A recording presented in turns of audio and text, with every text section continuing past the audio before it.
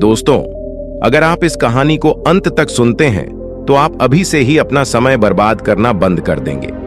दोस्तों, आज के इस गौतम बुद्ध की शिक्षाप्रद कहानी से आपको बहुत कुछ सीखने को मिलने वाला है, इसीलिए इस वीडियो को अंत तक जरूर देखें। दोस्तों, एक बार गौतम बुद्ध अपने भिक्षुओं के साथ एक वृक्ष के नीचे बैठ विश्राम कर रहे थे। उस वृक्ष की छाव में बुद्ध अपने भिक्षुओं की जिज्ञासा दूर कर रहे थे। बुद्ध के सभी भिक्षु एक एक करके उनसे प्रश्न पूछ रहे थे और गौतम बुद्ध उनके प्रश्नों के उत्तर दे रहे थे।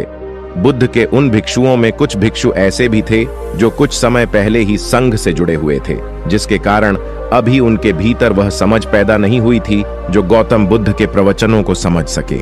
गर्मियों का समय था, सूरज अपने चरम पर था और चारों तरफ धूप ही धूप थी, लेकिन उस वृक्ष के कारण बुद्ध और उनके सभी भिक्षु आराम से छाव में बैठे हुए थे। इतने में ही गौतम बुद्ध के एक भिक्षु की नजर एक बूढ़े व्यक्ति पर पड़ती है जो उस वृक्ष के पास से ही गुजर रहा था। वह भिक्षु उस बूढ़े व्यक्ति को देखकर अचानक से ही हंसने लगता है।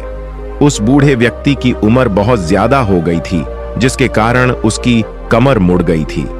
उस बूढ़े व्यक्ति के हाथ में एक डंडा था, जिसका सहारा लेकर वो बूढ़ा व्यक्ति अपनी मंजिल तक पहुंचने का प्रयास कर रहा था। उस बूढ़े व्यक्ति का शरीर केवल हड्डियों का ढांचा मात्र था। अपने भिक्षु को हंसते हुए देख बुद्ध उससे कहते हैं कि मेरे प्रिय भिक्षुओं, कृपा कर हंसो मत, क्योंकि जिस व्यक्ति को देखकर तुम अभी हंस रहे हो वो कोई साधारण व्यक्ति नहीं है, बल्कि वह व्यक्ति इसी क्षण तुम्हारे जीवन को रूपांतरित करने की क्षमता रखता है। जो आज तक मैं तुम्हें सिखा नहीं पाया, वह यह बूढ़ा व्यक्ति तुम्हें सिखा रहा है। इसके द्वारा दी गई सीख को बेकार ना करो। बुद्ध की ये बात सुनकर वह भिक्षु बुद्ध से कहता है कि मुझे क्षमा करे बुद्ध, पर मुझे ये समझ नहीं आ रहा है कि जो एक बूढ़ा व्यक्ति जो खुद अपने शरीर और अपनी बीमारियों से लाचार है, वो मुझे क्या सिखा सकता है। फिर बुद्ध उस भिक्षु से कहते हैं कि ये बूढ़ा व्यक्ति तुम्हें तुम्हारा भविष्य दिखा रहा है।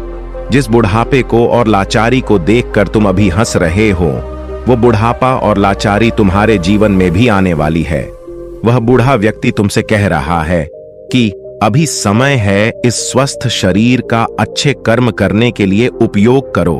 अगर तुम्हारा ये स्वस्थ शरीर तुम्हारे हाथ से निकल गया तो फिर से वापस नहीं आएगा। और अभी तुम्हारा ये शरीर सही से काम कर रहा है, जैसे कि तुम्हारे हाथ, पैर, आंख, कान और ये सभी चीजें सही से काम कर रही हैं। क्या यह छोटी बात है? और क्या तुम इसे मामूली सी बात समझ रहे हो? यह घटना कोई साधारण घटना नहीं थी जो अब भी तुम्हारे साथ घटी, और यह घटना तुम्हारे जीवन को बदलने की क्षमता रखती है। ठीक इसी तरह की घटना ने मेरा जीवन बदला था, और इस तरह की घटना के कारण ही मैं आज बुद्ध हूं। फिर वह भिक्षु बुद्ध से कहता है कि क्षमा करें बुद्ध, परंतु मेरे मन में यह विचार ही नहीं आया कि मैं उस बूढ़े व्यक्ति से कुछ सीख सकता हूं। उसे देखकर केवल मुझे हंसी आ गई। ऐसा इसीलिए हुआ क्योंकि तुम्हें अपने भीतर कहीं ना कहीं लगता है कि जिस स्थिति में आज वो बूढ़ा व्यक्ति है, उस स्थिति में तुम कभी नहीं आओगे। जिस बुढ़ापे का और लाचारी का सामना आज वो बूढ़ा व्यक्ति कर रहा है, तुम्हें लगता है कि उसका सामना तुम कभी नहीं करोगे, इसीलिए तुम उस बूढ़े व्यक्ति को देखकर हंस पाए। तुमने सच्चाई को नजरअंदाज कर दिया।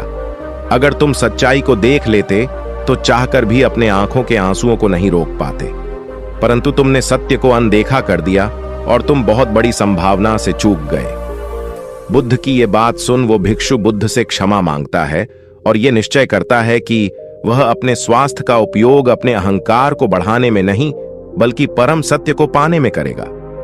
दोस्तों, हो सकता है कि आप बड़ी बड़ी समस्याओं में हो, या हो सकता है कि आप परेशानियों में हो, लेकिन फिर भी एक बात को हमेशा ध्यान में रखना है कि जब तक आपका स्वास्थ्य ठीक है, तब तक आप किसी भी बड़ी से बड़ी समस्या से बाहर आ सकते हैं।